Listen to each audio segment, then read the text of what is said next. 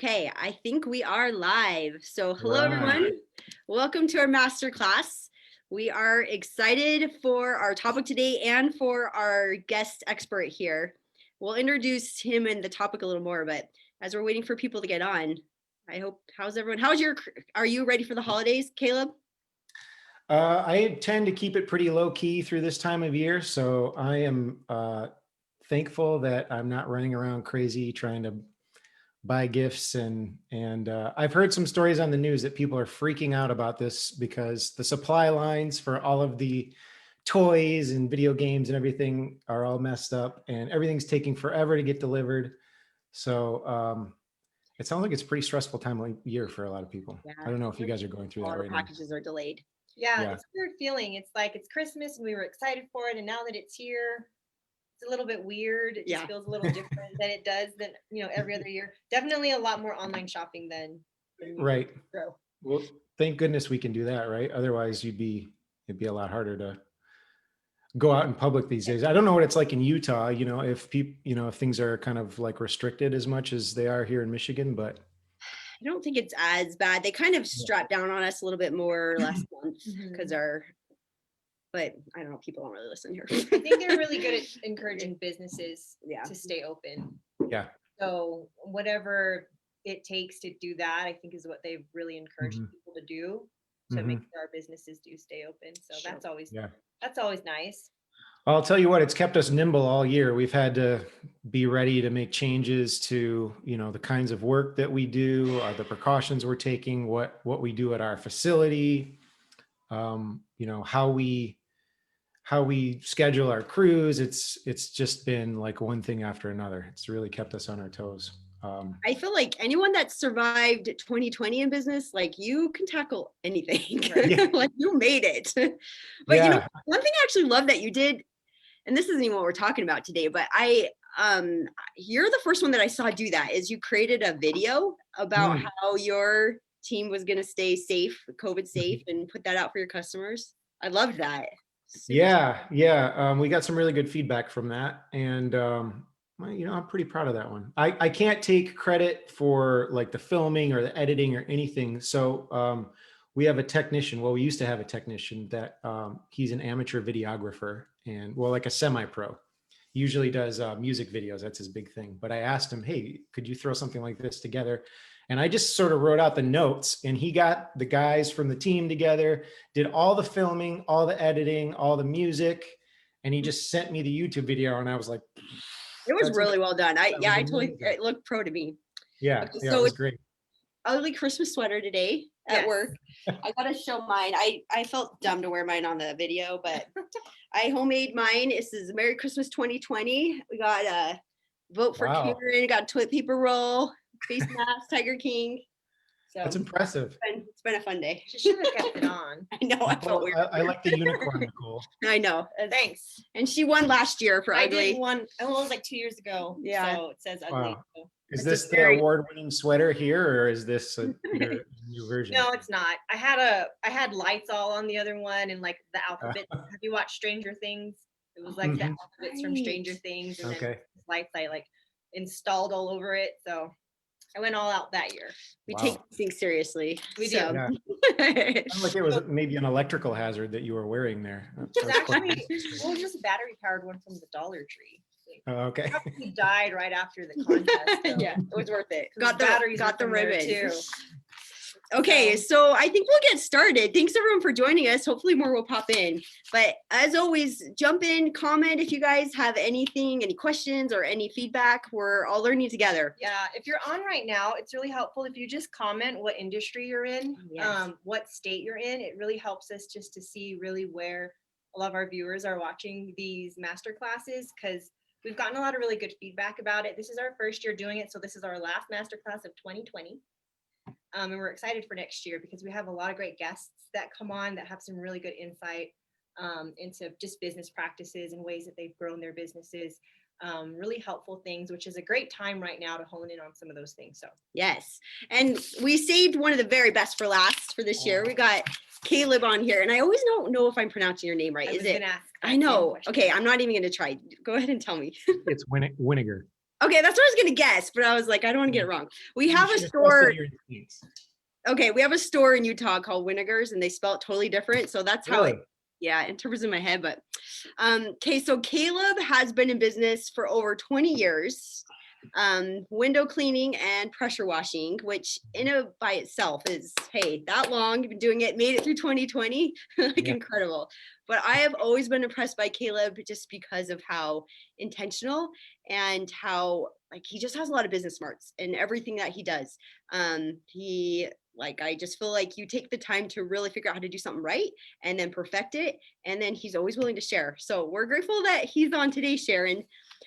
Okay, and this alone is impressive too. I saw that you have over 500 five-star reviews on Google. Yeah, yes. We just we crossed that threshold maybe like a month ago or so, and that was one of our company-wide goals for this year, was to hit that number. And so everybody was super happy. Everybody's getting a bonus this year because we nailed that goal. And yeah, that was really hard to get all those, but Incredible. we're gonna keep it rolling. So Yeah, no, that was amazing. You're doing something right there. thank you. Caleb, he also, okay, I want to make sure I get this right. You're the resource director at Conquer.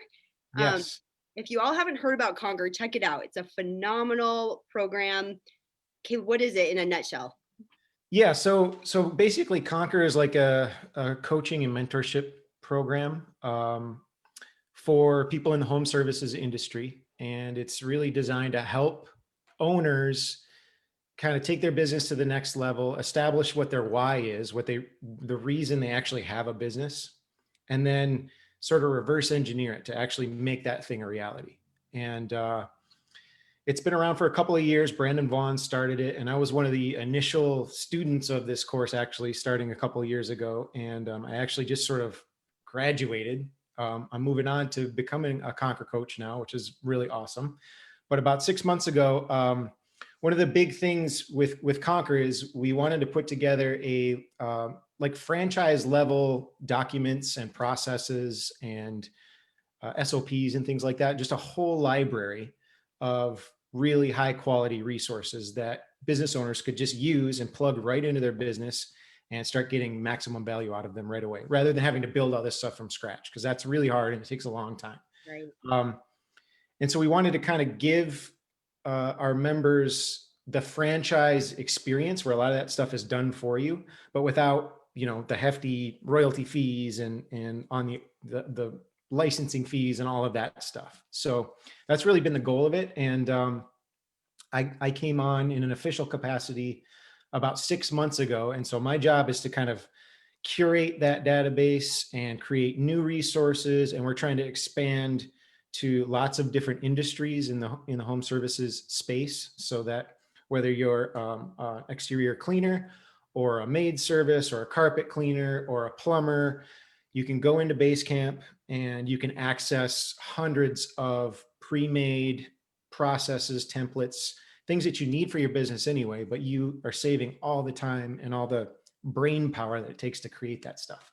So that's been a really fun project because I love nerding out on that stuff anyway. It's just kind of right in my wheelhouse. So I feel like I'm almost like I'm on vacation when I'm working in Basecamp. It's just as nerdy as that sounds, it's really fun. So yeah, so that's kind of what Conquer's all about. And the success that a lot of the members are having is just crazy. Just the growth that I've seen from companies just in the last year it's mind blowing. So I just like being a part of that it helps owners get through this really difficult phase in business and kind of make the idea, the vision become a reality a lot faster and a lot more efficiently, because you're working with mentors and coaches and other business owners at the same time. You're working all together on the same types of goals, and it just accelerates the whole process. And so, yeah, it's been great. Yeah, the synergy, incredible. Well, thank you. And I understand that at some point, maybe at the end, you're going to be sharing some sort of exclusive content, usually through that program. Yeah, so I dug through the archives and I found a document, like a template that kind of matches up with the topic today, leadership. And we're going to go ahead and share that with all of your viewers. There's going to be a download link. So feel free to pop over there, and it's just a document. It's already built for you though. It's ready to customize for your company, and you could actually put this thing into use like this afternoon if you wanted to. So okay, I'm excited. yeah, I'll point everybody in the right direction at the end of the call here. Okay, sounds good. Okay, and so our topic today, we're talking about how to turn your employees into self-motivated leaders. So hands down, whenever we're talking to business owners, when we, talk about, just what are some of the struggles you're having in your business, hands down, one of the number one things that always comes up is employees. Getting the right employees, training them, retaining them, turning them into leaders. So I'm so excited about this topic because I feel like it really doesn't matter what you do for business. Like, I guarantee if you have a business, employees are one of your problems, and solving that problem will change your business. To get those 400 5-star reviews, as Caleb has done. So I guess let's just dive in, Caleb. We're excited to talk about this. You've probably learned a thing or two in 20 years. Well, I feel like I need to be honest up front that leadership is something that I'm still working on. I'm still learning. I'm learning how to be a better leader myself every day. And I'm learning how to more effectively translate that to the people that I work with and get them thinking, sort of like a CEO, because that's my goal really is, and the title of the talk, I guess, turn employees into self-motivated leaders. So that's the tricky part, is getting them to do it without you constantly nudging them, and so I'm in a constant state of refining how I look at that and how I teach and the example that I set, so that we get better and better and better at that. So by no means do I have it mastered. I don't think you ever really can, Right. Like leadership is not something where you get there and then you're done. It's something that it's an iterative process that it's lifelong. So right. And as soon as you think you figured it out, then you get a totally different employee that you've never dealt with before to throw and say, I don't know anything.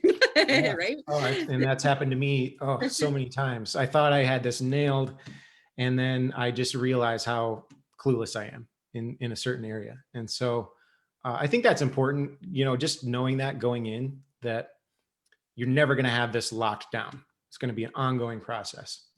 That's kind of where I start, is just really always looking at what we're doing, and is there a way to refine it? Is it as effective as it could be? Am I setting the right example?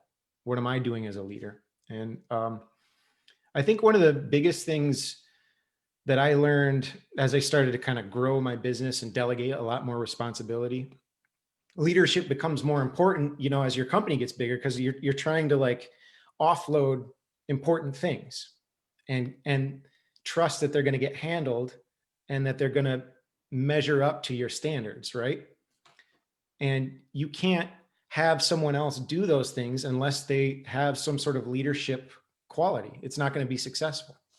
So as my company grew and I kind of got into that mode of delegating important things and putting people into more important roles, leadership became something that was way more top of mind, rather than just lead by example and try to be a good boss and, sort of the basics of it. I felt like I had to get a lot more intentional about it to get people where I needed them to be.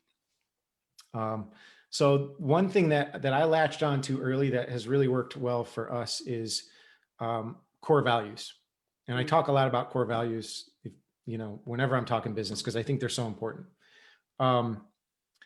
So core values to me, that's like, you need to give those to your people, because those are like the guiding principles that they make their decisions off of. You have to give them guardrails, and you have to give them a lens to look through when if you want people to be leaders, that really just comes down to people making decisions.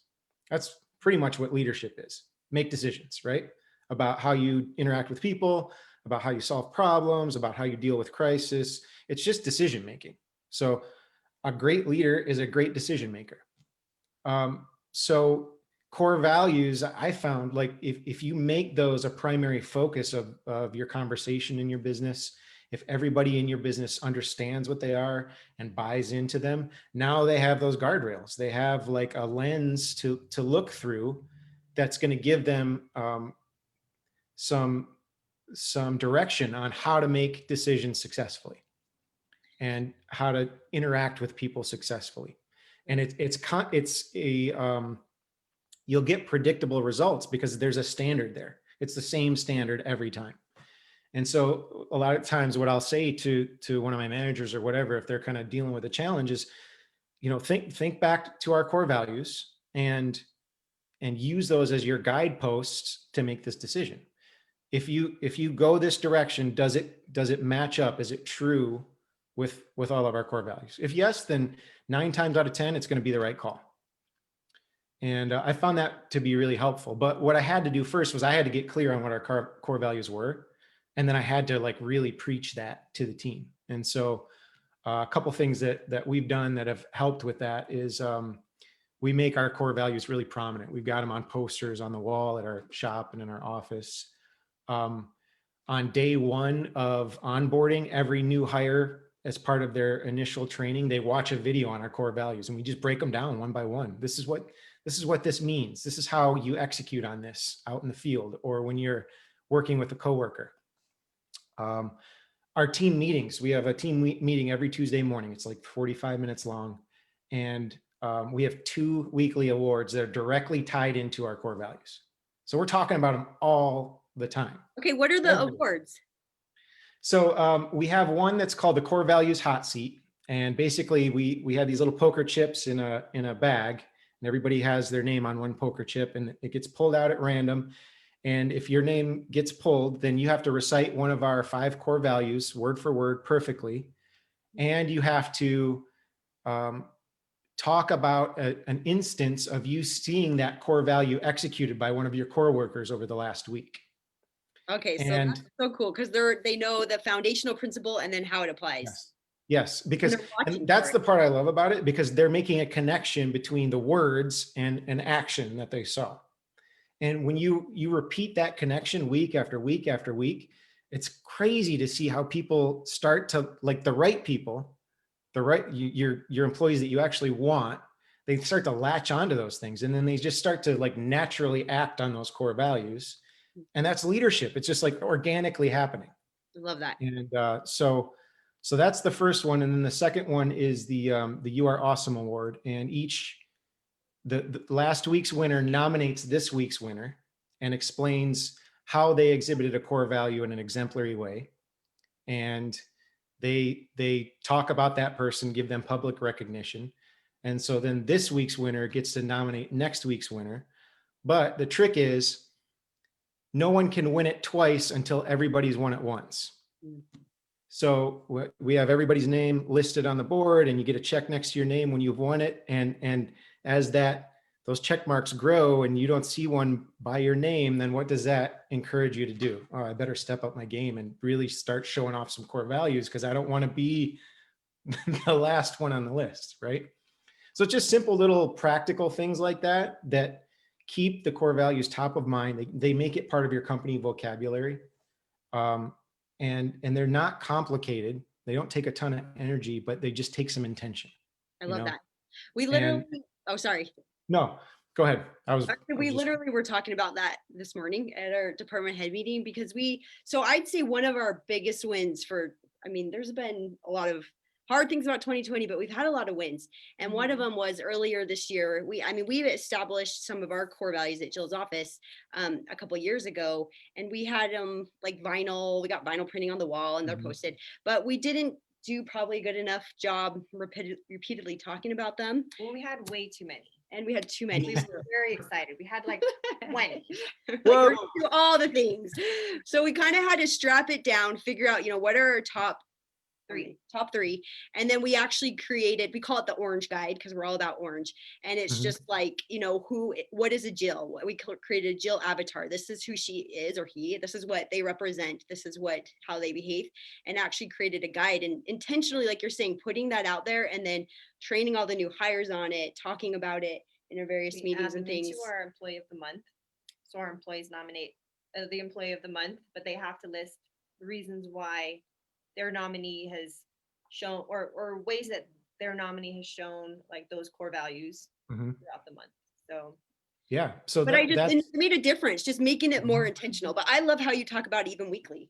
I think yeah. that's phenomenal. And we've grown. So I found that it's got to be that frequent or people will forget. right. And I used to be, back in the day, I was kind of like the jaded, owner owner operator guy in the truck, just get it done guy. And I thought all of this was garbage. I thought everybody's got intrinsic core values, and if you're a good person, you'll just act on these things, and you shouldn't have to be coached through this stuff. And as I got more experience and maybe some more life experience, and maybe even some more wisdom, I began to realize that you have to be intentional if you want people to adopt a certain way of thinking and a certain way of acting. You have to not only expose them to it, but you have to keep them exposed to it. So otherwise they'll lose it. Right. It's kind of like, it's like Competitive. exercise, working out or whatever. Like the second you stop, it's going to start to fade. And if you let it go too long, then it's going to be gone altogether. So And I love that it eliminates the gray area because, like I love what you said, being a leader, good leaders making good decisions. And I mean, so many decisions do involve like this gray area. So I think the more you talk about those core values and talk about how every decision should be made based on those values and what would best align with them, I feel like you're minimizing what that gray area is to make decisions more clear. So it isn't such a struggle in what to do when you're faced with something like kind of difficult. It takes less stress off of the employees when they know what's expected of them too. Yeah. If you kind of just leave it wide open, they might feel some freedom, but then they don't really have any guidance. And I think most people are looking for guidance. What direction do you want me to head in? Am I doing the right thing? So yeah. And I find it also gives people permission to fail. Because even if you make decisions based off of your core values and you think you're doing the right thing and it doesn't work out, you can always look back and say, well, I maybe made the wrong call, but I made it for the right reasons. And there's a measure of, comfort in that, or it makes it a little easier to fail. I don't know if I'm putting that right. It makes it easier to get over your failures and to just kind of move on. And so I think there's a lot of different ways that it impacts people for the positive. Well, and take it as a learning experience. Cause I mean, you look at any leader, they became a leader through their failures. Usually it was what they learned when they fell that made them rise above and make better decisions next time. So I think that's too, that I like when you're talking about in your weekly discussions and bringing up real examples, talk about the hard stuff too. Okay, maybe this didn't align with the value, but next time I'm going to do this because I see a different perspective of it now. Right. And that kind of goes into like, so to me, I kind of break it down into phases. Phase one is establish your core values and get buy-in. You have to get your people to understand and start to think through the lens of your core values. And then you've got buy-in. Then the next thing you need to do is promote action, basically. So now you get it.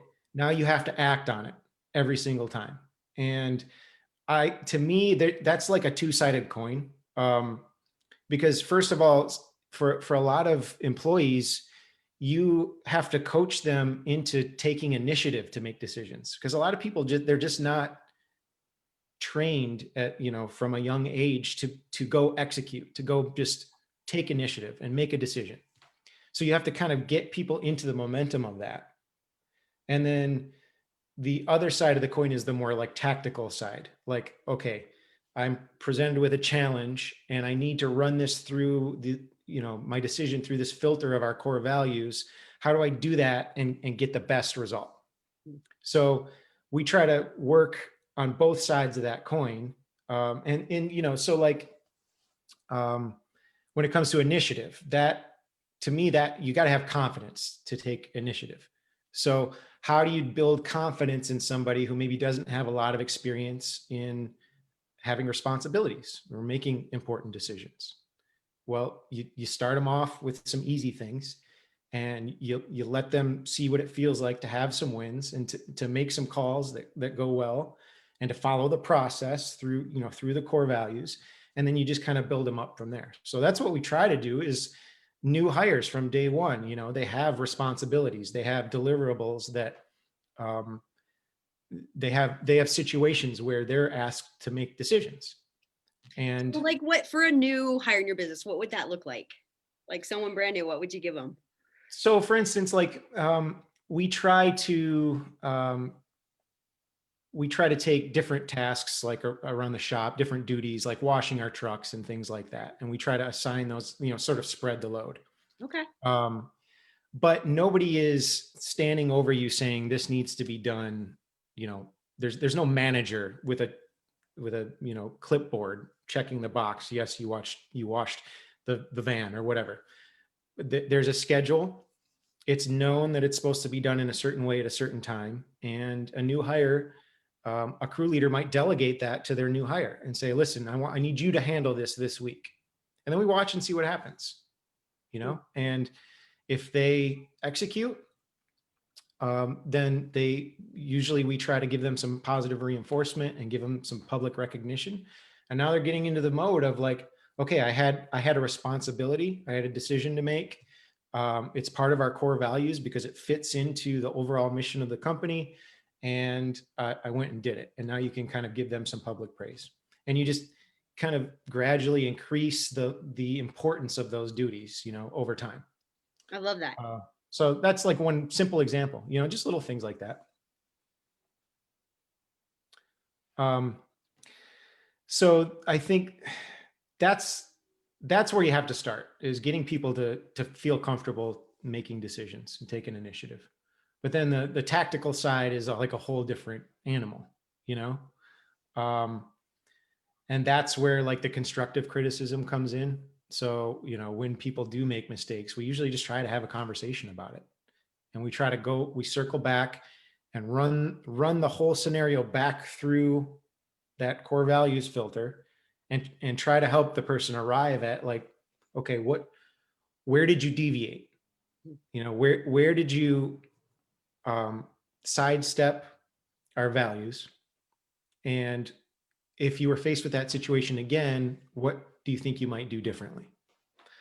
And so that goes back to your point, Michelle, like when you do have failures, when you do make mistakes, going back and learning from those. But sometimes an employee, they need to be coached through that whole process. Not everybody just naturally does that, right? Not everybody's introspective enough to say, oh, I messed that up. I need to sit and meditate and think about like, next time I should do it different. Sometimes they need a little guidance to get through that process. Well, because you're beating yourself up. I mean, even if you need to do that, you're still beating yourself up when it happens. Right. And a lot of times it's not super constructive. It's more like, oh, I suck, like, let's make it, if you're going to go through that, like face your mistake and learn from it. Let's actually learn from it and be able to do better next time. So that's kind of the two sides of it for us.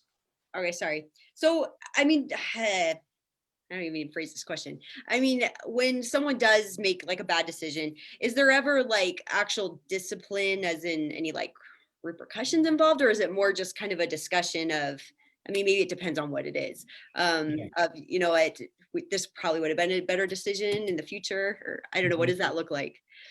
Generally, for us, it's the biggest question is, was your mistake because of a deviation from the core values, because you either aren't paying attention or you don't care enough? Or was it like a skill mistake, like you don't have the training you need, or it was just an accident or something like that? Those things, those are relatively minor to me. That's just a little bit of maybe some extra training or a little pep talk or whatever. Where we really get concerned is when you see people making decisions that violate a core value, like mistreating a client or making a short-term decision at the expense of the long-term benefit of your team or the company. These are things that violate our core values, and that's more principle based.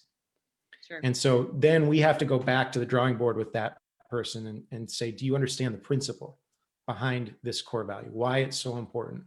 Why it's a key to the overall mission of this company? So those are the things that really kind of raise the red flags for us. Makes sense. And I don't know if we're going to get to this later, so sorry if I'm jumping the gun, but I'm just curious, have you ever encountered where like there's an employee that just like as hard as you try, they're just not able to align with those values. And at that point, I mean, is there a parting that takes place? Have you run into that kind of thing? Yeah. Yeah. If not, I'll be amazed. No, totally. Like recently we've been, we've gone through things like that. And that's tough because when you bring somebody in, you want the best for them. And your dream is that they adopt the principles that you built your business around. Because I believe that these principles are good and everyone should be living them anyway. Every business should be following these. Because I totally buy into my own core values, believe it or not. That's important. Right. So that's what you want for everybody you bring into your organization. But there are some people that just, they don't get it. Their values don't align with yours. And that doesn't mean they're a bad person, or doesn't mean they're a bad employee in every situation. It just means they don't fit your business. Right. And here's a little bit of a leadership lesson that I've learned the hard, long, painful way. And that is, you have to be decisive and act quickly when you see that misalignment. Mm-hmm. You have to be ready to move and move that person along, because you're not doing yourself any favors. You're not doing your team any favors, and you're really not doing that person any favors either. They don't belong. So why keep them there? It's just gonna fester bigger is what we found. If we don't take care of it right away, we think it will just be a one thing and go away, but usually it just gets worse, and then it's even harder. Really, it's helpful too to try to find out during the hiring process and the interview process if a person aligns with your culture and your core values, because you can find questions to ask in different scenarios and role playing to find out how people will react in different situations, to see if they have the same core values that your company has. Because if not, then you would probably not want to hire them and save both of you that heartache, because it has happened before where they probably would have been a great employee at doing, their job, but if they don't align with your company's, mission statement and core values, it's just not going to really work out in the long run. Yeah. And I'll tell you, that's a great point, Nicole. And you should definitely invest on the front end as much as you can to try to filter people through a process like that. But at the same time, I have seen it where we've brought people in that initially were a great fit, and then over time, they just weren't anymore. Right. And sometimes the business grows and changes a little bit, and what it means to execute on those core values might change a little bit as you go through different stages of business. And sometimes it's the person changes. Right. Something happens in their life, or their attitude changes, or whatever, or they start to get complacent or take the job for granted. And sometimes you just drift apart over time. And that's the hardest time, because now you've got, this track record with a person. They've been part of your family, so to speak, for a while. And it makes it that much harder to kind of make that move. And so a big leadership lesson that I learned was that if you aren't good at being decisive in those moments, you have to give that to somebody else. You have to delegate it to somebody else. And that's what I had to do. I'm still getting in the way. I was, full disclosure, this morning at my leadership team meeting, I was getting in the way of a decision. And my team is a lot better at keeping me under control these days, but I think I would have progressed a lot faster if I had delegated that particular thing to someone else. And so that was a failure in leadership on my part, not recognizing myself that I'm holding us back in this one particular way, and I'm allowing things to continue that really shouldn't continue. And I should have passed that off to somebody who was more equipped to be decisive and to do better at that job. And I did eventually, and it's helped massively. But which I think is actually one of the greatest marks of a leader, is knowing, has self-awareness and knowing when to delegate something out. yeah. I think that there's so much oh, what's the word? I mean, there's so much emotion involved in decisions and past experience. And I mean, in the role that, especially in the role as the owner, like there's so many more things running through your head that are probably running through, anybody else's. Obviously there are. So knowing, okay, you know what, I don't have the mental space or headspace to be able to handle this in the way I know it needs to be handled. So I'm going to delegate that to someone else. I think that's phenomenal leadership. Yeah, but it's something you have to learn. And I see a lot of owners, that's a big challenge for them, letting go and delegating. Um, but you can't develop leaders within your organization without doing that. People need control in order to execute their leadership, right? Right. I Otherwise, heard, oh, sorry. No, it's true. They do. I heard once that like one of the best signs of that you made it as a leader is that you can leave your job first for a week and no problems, then for a couple weeks, and then for a month, you can just leave and everything be okay. yeah, So, that's the dream, right? That's what a lot of people are working toward. right. But you have to be willing to let go that's hard. Yeah. And you have to have those people in place that can make decisions that you would make, or even better decisions a lot of times than you would make without you lurking, or without you even in the orbit. Sure. So that doesn't just happen organically. It takes a lot of intention. It takes training. So a few things that we've done to sort of accelerate that whole thing. I talked about our team meetings every week. We meet on Tuesday mornings. About 15 minutes of that 45-minute meeting is a leadership development discussion. And so I've created a few different courses, just simple little curriculums. The first phase is a lot about yourself, like being self-aware, how your attitude and your speech and your body language affect the people around you, things along those lines. Recently, we've been going through a chapter by chapter discussion of Extreme Ownership, the book Extreme Ownership. Oh, And so we'll listen to a chapter, and then there's questions. I wrote out a bunch of questions, just like talking points, and we just have a 15-minute discussion. And what I found that does is, even for the guy who just started working yesterday in my company, automatically he's already thinking, okay, leadership. This is one of the things that we do here. And having conversations about leadership, listening to that audiobook on the way back to the shop at the end of the day on Monday night, so we're ready for Tuesday morning, having that weekly leadership focus, it just really seems to get people in that headspace more. And I found that to be really effective. Okay, sorry, one quick point. I actually love the fact you have your meetings Tuesday mornings too. I think that's actually a perfect time, because Mondays are just too crazy. Everyone's going crazy the weekend, but Tuesday you're still early enough in the week. You can cover, let's get in the right headspace, everyone, for the whole week. Anyway, I love that. I think that's a perfect time. That's exactly why we did it, because Monday mornings, like, too many people were totally distracted, because it's like putting out all the fires from over the weekend, cancellations and all that stuff. So yeah, that's been the best time for us. We have a question from someone in the comments. Ledger is asking if you put a course together yourself, or is it something that was pre-built? Oh, is that a leadership course maybe? Yeah, I put it together myself. It's actually at any given time, it's in some sort of state of construction.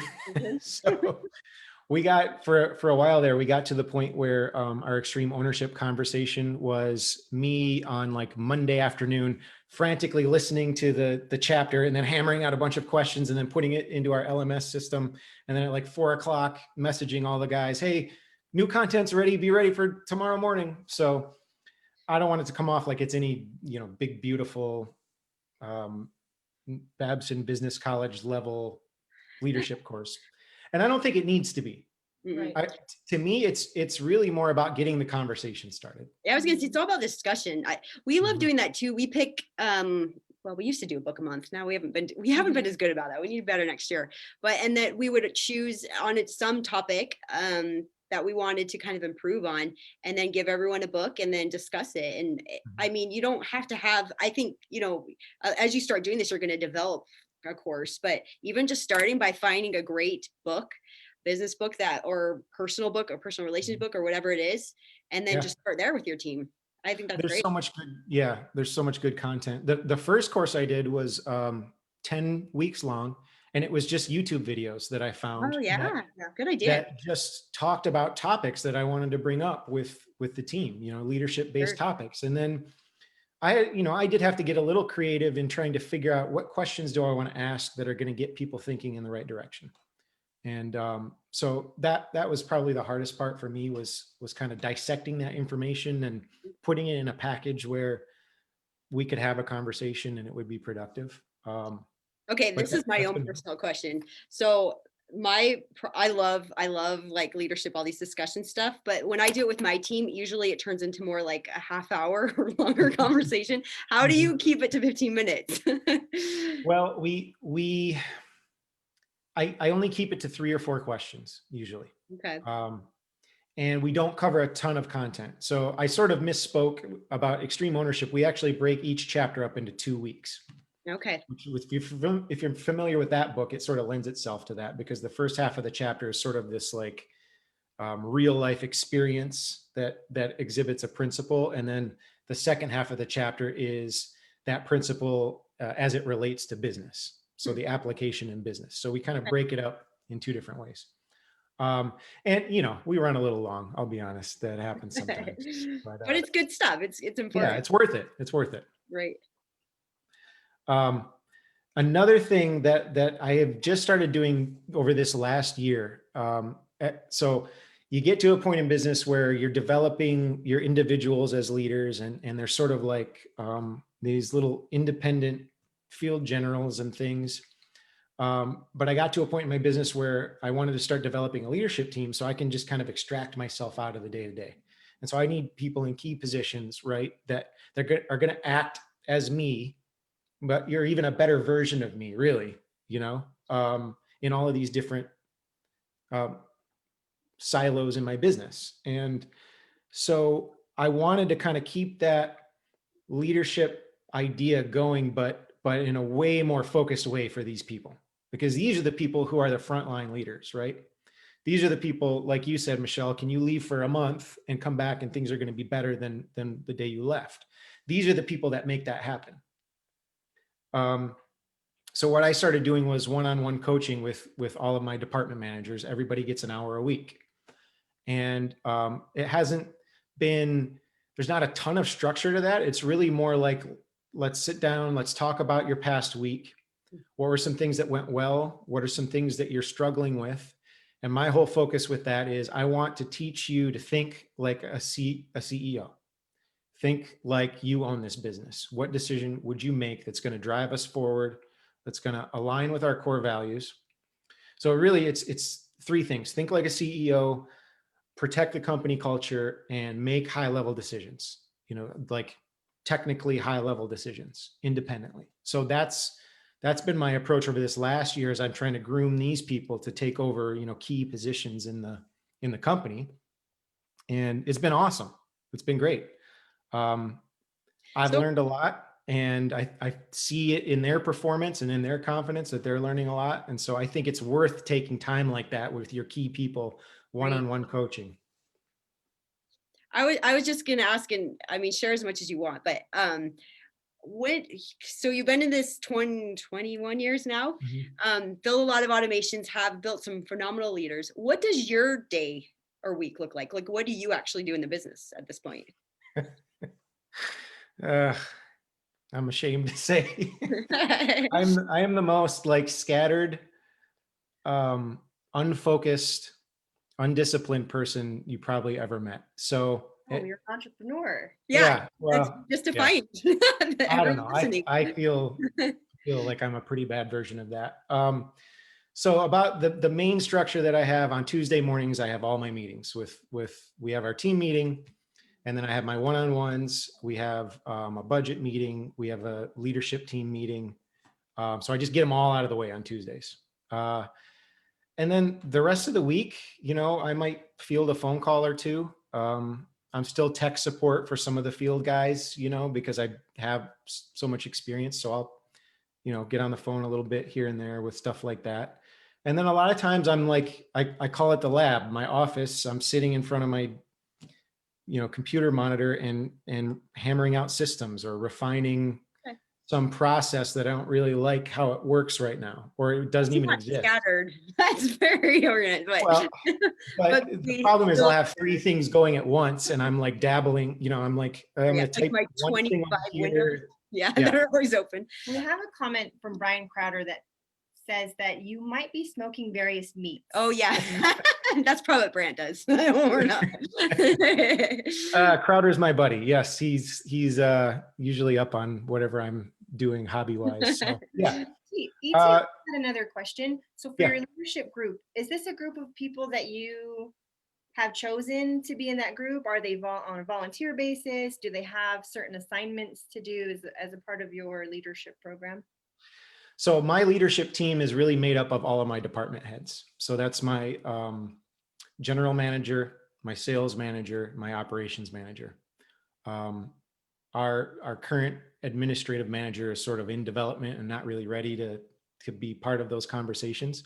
But it's those 3 people, and they're all the ones that get one-on-one coaching with me every week as well. And I'm looking at them like, how can I level them up, or how can I help them level up?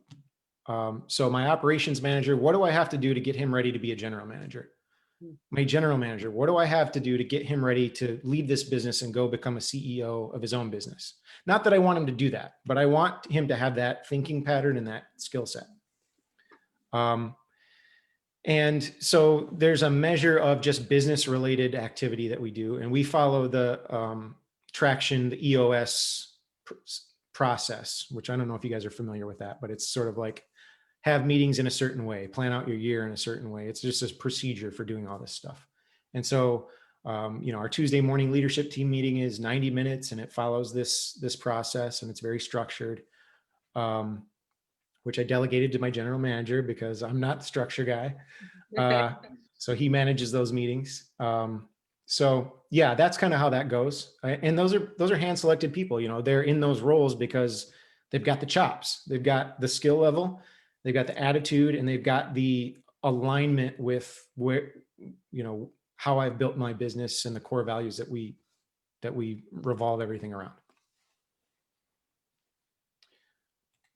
So, is that it? I hope that answered ET's question. And I hope Brian Crowder isn't hassling you guys too much here. So we love Brian. So is it it's paid? I'm trying, do we touch on that point? It's paid, right? On that, not volunteer. He's wondering if it's a paid part of their work. Yes. This is just during their.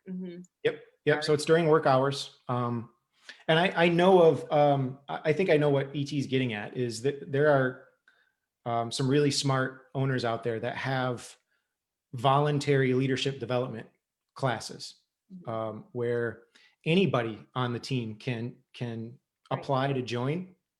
And there's a very structured curriculum that they go through, and it's after hours, it's unpaid. And I think that's a great idea.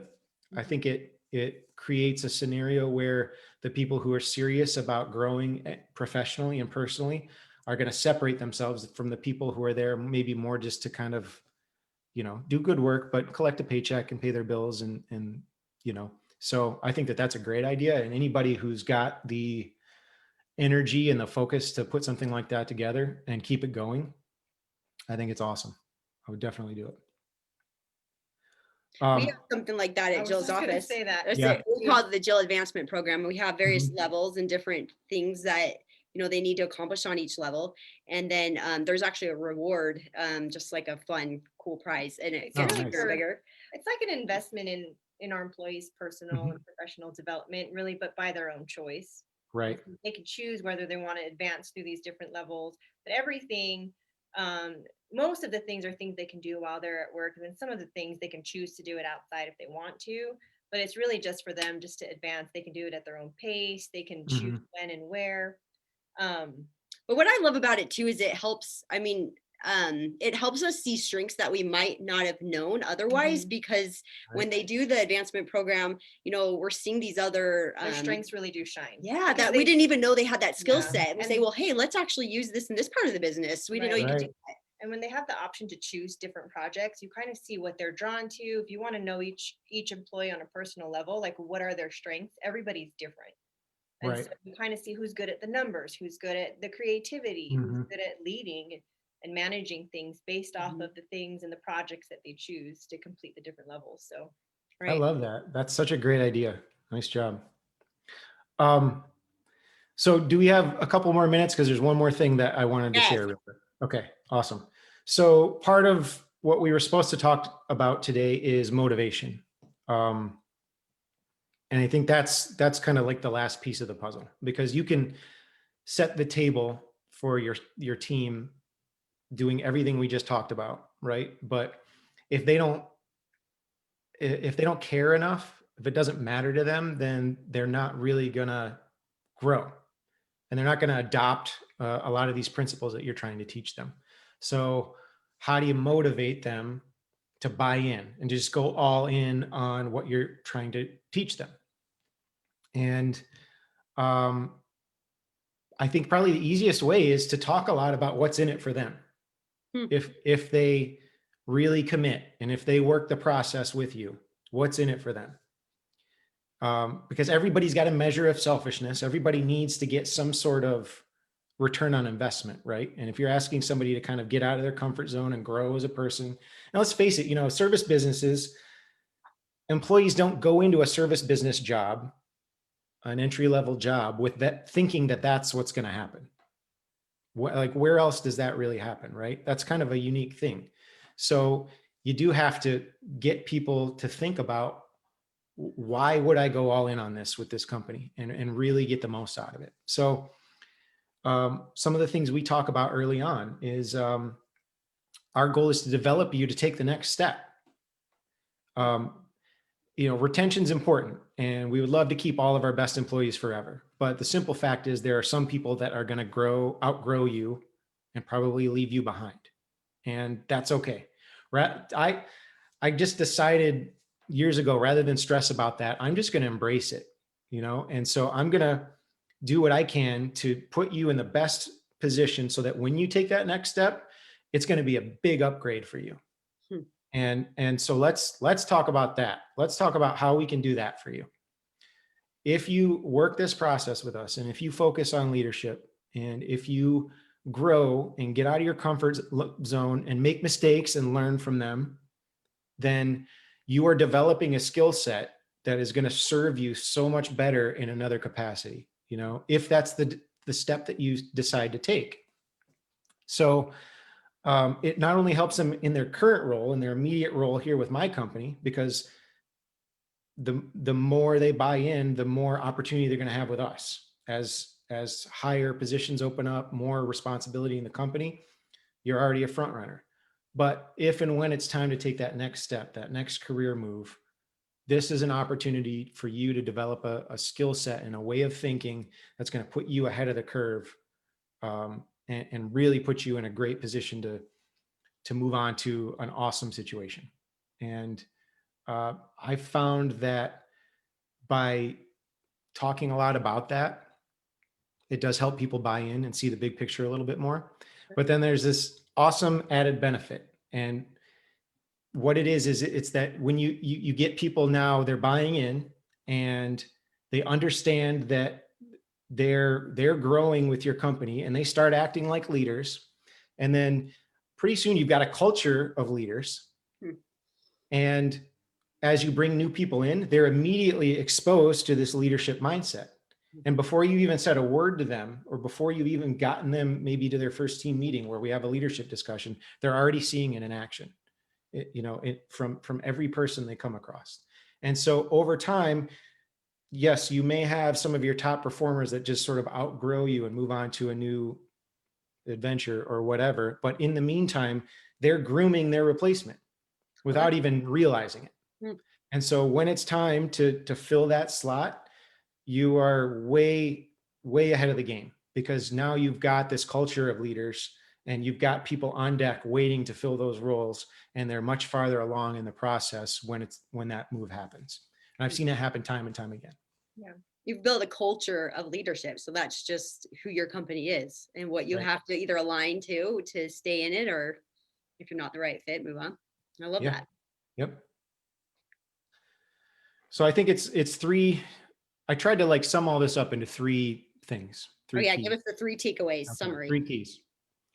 Give your people core values as guiding principles when they make decisions. So they've got some guardrails. I love the analogy of the lens, you know, I like that too. um, and make it very clear to them and repeat it so it's part of their vocabulary. That's step 1. Step 2, give them intentional ongoing training. So it's got to be part of your weekly activity if you really want this to stick and to kind of become systemic in your company. And then you know, maybe a sub statement to that is, depending on where people are at in your org chart, you know, give them the needed measure of attention and training, you know, what's appropriate. So like I talked about with my leadership team, you know, they get a lot more one-on-one attention from me than maybe, you know, the technician that's been here a couple of months, and that's by design. And then lastly, help people see what's in it for them. That's where their motivation, their initial motivation is going to come from. Make it very clear to them that if, you know, you're going to benefit from this if you invest in it. And I would say those are the 3 things that I've put into practice that I have seen make a difference in my business. And you don't need to be a huge business to do stuff like this. So I don't have a huge business. In fact, it's probably easier the smaller you are. So even if it's right now, well, we just laid some people off because we're going into the winter, but sure. I think at our peak, we had 14, I think, in the summer. Okay. Mm-hmm. So, and we're looking at 14 to 16 probably next year. Okay. So, you know, not a huge business, bigger than some, a lot smaller than others, but it's the principles I think apply no matter what size you are. And if you're like that guy with a helper, start it now. I wish I would have when I was that size, because now it's part of your, you know, it's part of the DNA of your company as you grow, and it's just going to grow with you. And it's something that I think your clients get a sense of too, and it really is like ingrained in your culture. Even if you were just a solopreneur and you're just a one-man show. I mean, I wish that was something that I knew when I had my own business and I was just by myself. It's to have my own core values, something that my customers could feel when they walked in the door and they just knew that that was who I was. But actually putting it down on paper and having it actually there, because, you know, as an entrepreneur, you have it in your head, like, this is who I am. I know my why, but really nailing it down. We've learned at Jill's office, like, your mind is so big with the possibilities and you're so excited, you know, when you create a new business, but you have to focus and really streamline things and narrow things down to have a really clear picture of who you are as a company, who your clients are. Because we're not Walmart, you know, we don't service the whole world. And so just really knowing who you are as a company is super important. So yeah, and that's where leadership starts, because those are the principles that guide those decisions that leaders have to make. Absolutely. Brian asked a question about Traction. Is that a book? Traction? Yeah. Yes. Would you recommend Traction for a certain size business? Because he said he started it, but it got heavy really fast. Yeah, it's a handful.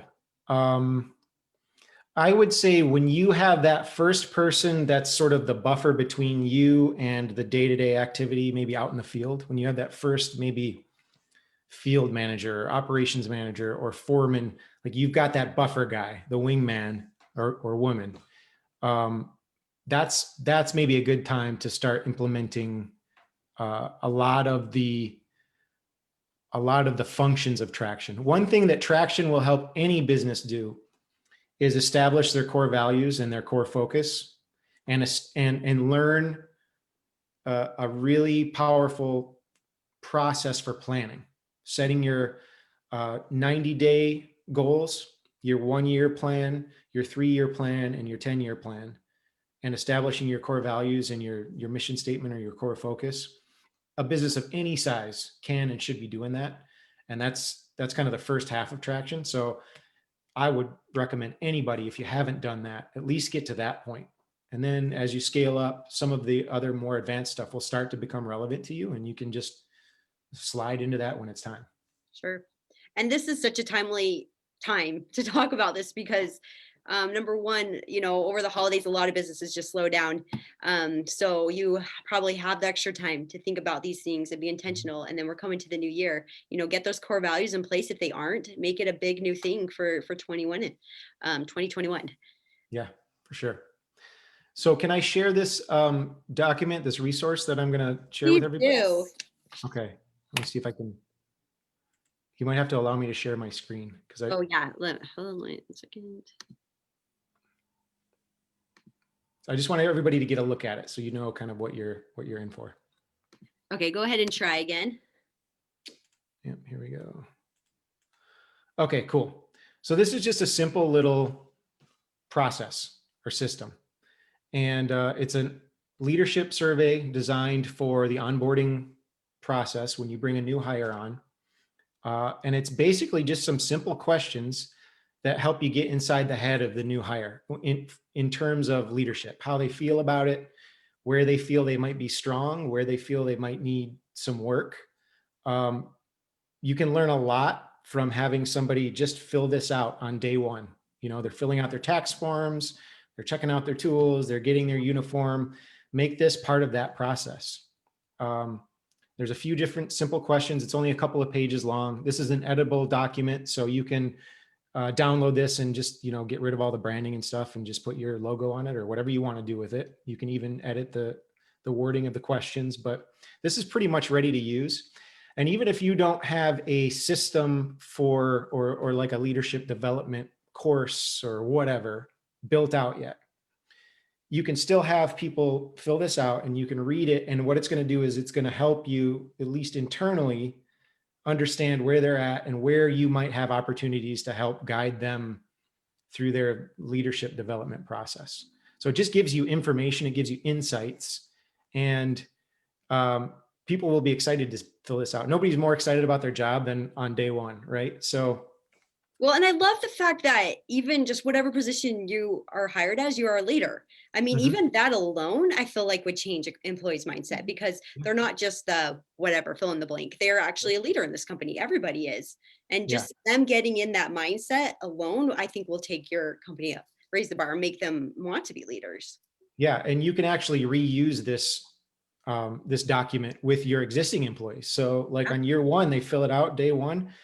6 months later, have them fill it out again because the answers will change because they're growing as leaders, right? So the strengths that they didn't have maybe 6 months ago, now they do have, and now they're aware of new things that they need to work on, or they're aware of new strengths that they have, and that then you can leverage those strengths.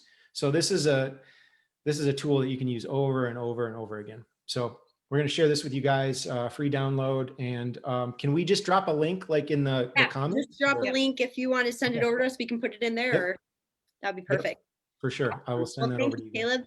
Thank you for that. And thank you for taking this hour with us and sharing. There's so much good stuff. Nicole and I both took notes. So we I really had a great time. It was really fun. That was fun. We loved it. We might have to get you back on again sometime because you have lots of good stuff to share.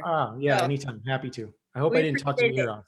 All right. Thanks everyone for joining us. No, it was perfect. And everyone have a good holiday if we don't see you again. So thanks so much. Bye-bye. Thank you.